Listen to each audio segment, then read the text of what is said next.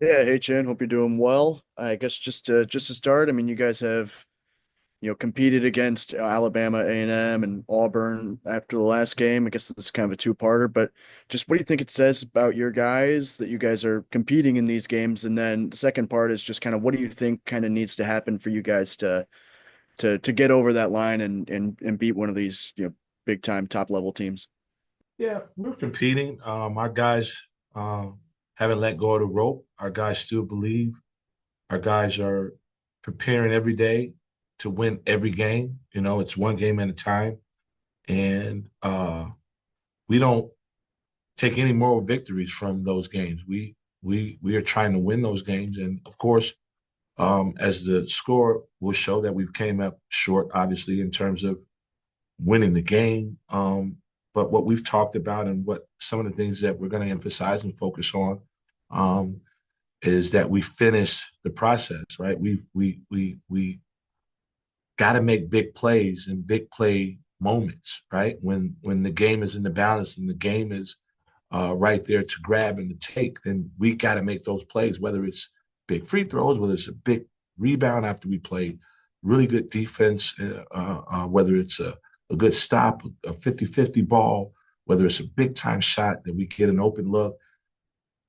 We have to make those plays in order to change the outcome and our energy in terms of got to be right to have that result change. So we're trying, and that's our focus. And then just kind of looking ahead to tomorrow's game, obviously Missouri is a team that you guys have seen and kind of fits into the same mold as some of the teams you guys have played previously. Just are they doing anything differently from last time that you guys have saw them, or just kind of what are you seeing on film when you look at them? Yeah, the number one thing, and they're playing with more confidence, extreme confidence. I think that their confidence level right now, of which how they're playing, is at an all time high. It's through the roof, and they got their guys playing at a high level right now in terms of a confidence standpoint. They're not hesitant. They're aggressive. They're playing. They're hooping. You know, and so that would be the only difference in terms of how they play from a confidence standpoint. And that's a very deadly weapon when you have a team of guys that they play almost 12 guys a game and they're all playing with extreme confidence. They're all in it together. And it's the power of uh, their team, the power of the friendship and the love of their team. You can see how together they are. It's the power of the togetherness. And so we got to play against that. We got another good team in our building, and uh, uh, our plan is to win the game. Connor? Hey, Coach, you talked about confidence and how Missouri's playing with confidence. Y'all have a couple of guys that are looked like that they were struggling with that confidence against Auburn. Big Z, especially, is shooting the ball. He looked like he just, didn't have that confidence that he had the prior games. What have y'all said to him, and how's his mindset been since really struggling on Wednesday? I don't think Z's confidence wavered. I think that he just missed shots that he had been making. If he I think you got to look at it in a different way. If he was lacking confidence, maybe he wouldn't have continued to take those shots.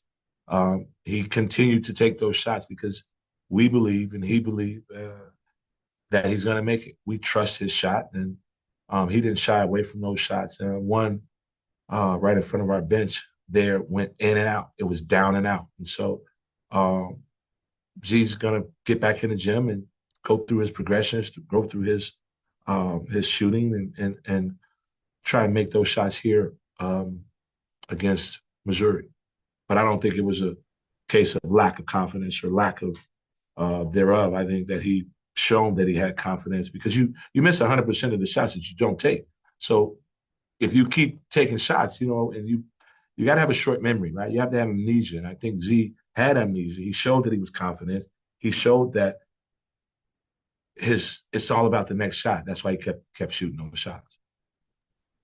That's a good point. Do you see y'all going to him early, maybe just to see if he's to get him in that rhythm starting on Saturday, or is it just something y'all still stick with the same game plan, same mindset, or do y'all kind of change how you use him early on? No, I think that what we want to have from Z is a inside outside threat. We don't again. ever particularly want him to just fall in love with the three. We'd like for him to play in the inside some and also take his shots when he get open looks from the 3-point line. And I think that that would be the only adjustment we will make to try to, get Z to uh, be a dual threat, not just a one trick pony, so to speak, and just only shoot threes. We need him as a 7-2, as he got a lot of touch around the rim to play inside and out. Last one from me. Mark Mitchell, their big man, Missouri's big man. He's averaging 20 and a half points a game last 3 games or last 4 games. Just what makes him so difficult, and what do you need from your front court to slow him down? Well, what makes him difficult is originally he was a wing, a three, so to speak, a forward. And so now they're playing him at the five. So he's playing some small ball five. And so that, you know, presents a matchup problem with you have typical 5 men trying to guard him at the five. He's out on the floor. He's driving the ball. They're setting ball screens, inverted ball screens for him to get downhill. So they use him as a forward at the five. And so that presents a matchup problem in some cases. He's playing really well right now. Again, extremely confident right now, and they utilize him in a significant way for their team. It works for that group. It really works for that group. Jackson. Yeah, Coach, Cal hasn't really shied away from the importance of these games. I think he called the Auburn game a Final Four game for you guys, and has sent a message out of how important this closing stretch is. I'm wondering, is there any different vibes in the building? How have the players kind of responded with, the pressure that comes with these end of season games? I think it's important to let the players know when the stakes are high, right? And the stakes are high at this point right now, and Coach has done a good job of laying out what's in front of us and what's the end goal. If we take care of our business, I think that it's important that your players have some skin in the game, right? It's important for them to know what's at stake. It's important for them to know the importance of each possession and what each possession means. And I think our guys understand that. I think our guys want it. I think our guys are going to fight for it. And if we continue to fight for it, and obviously no one is going to feel sorry for us, no one is going to give us anything. You get what you deserve, right? You get what you earn, and so we have to go out and earn it, and it's right there in front of us. We have the opportunities.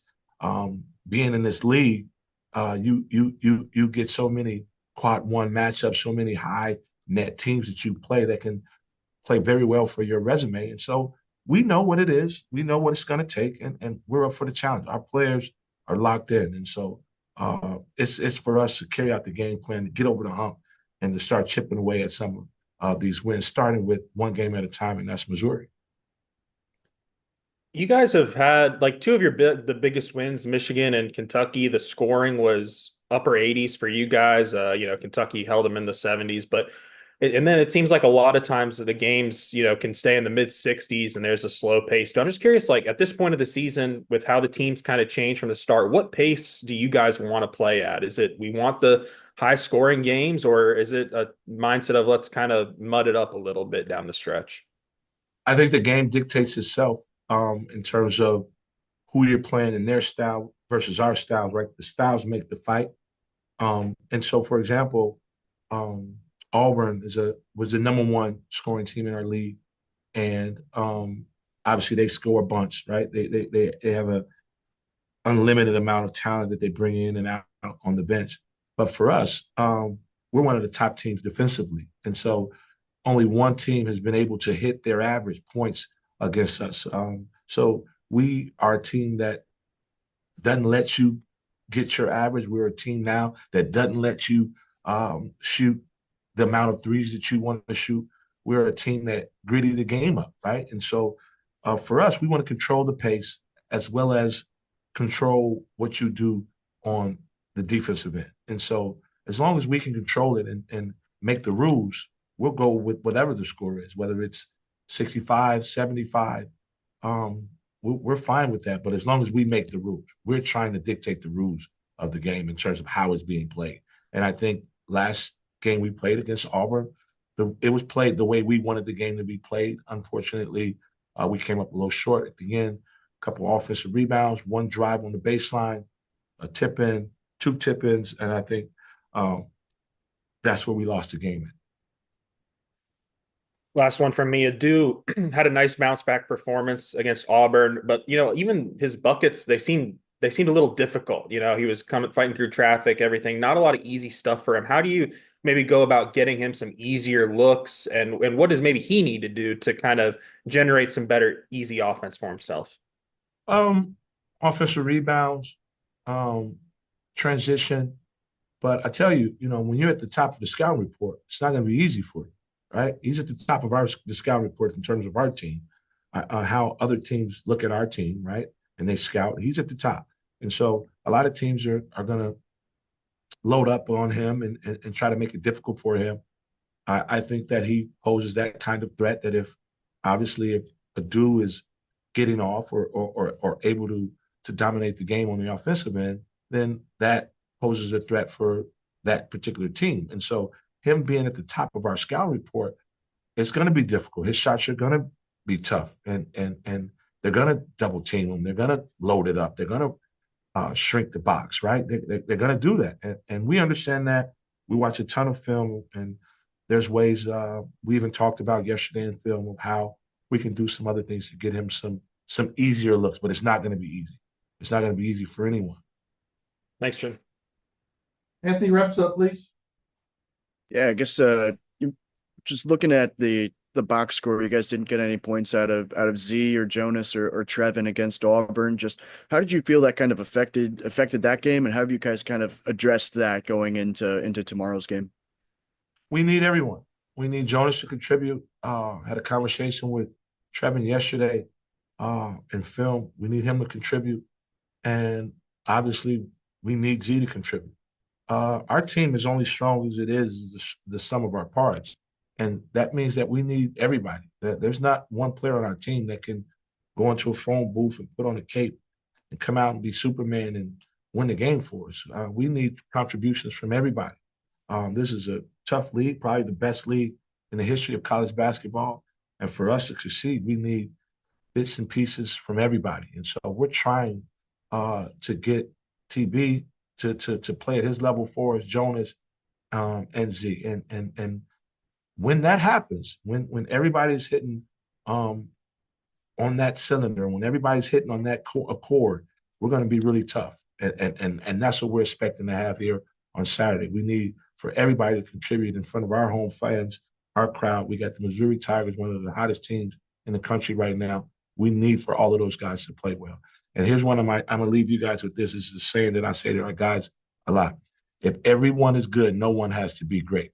So that's what we need on Saturday against Missouri. Thank you, Coach. Really appreciate your time. Thank you.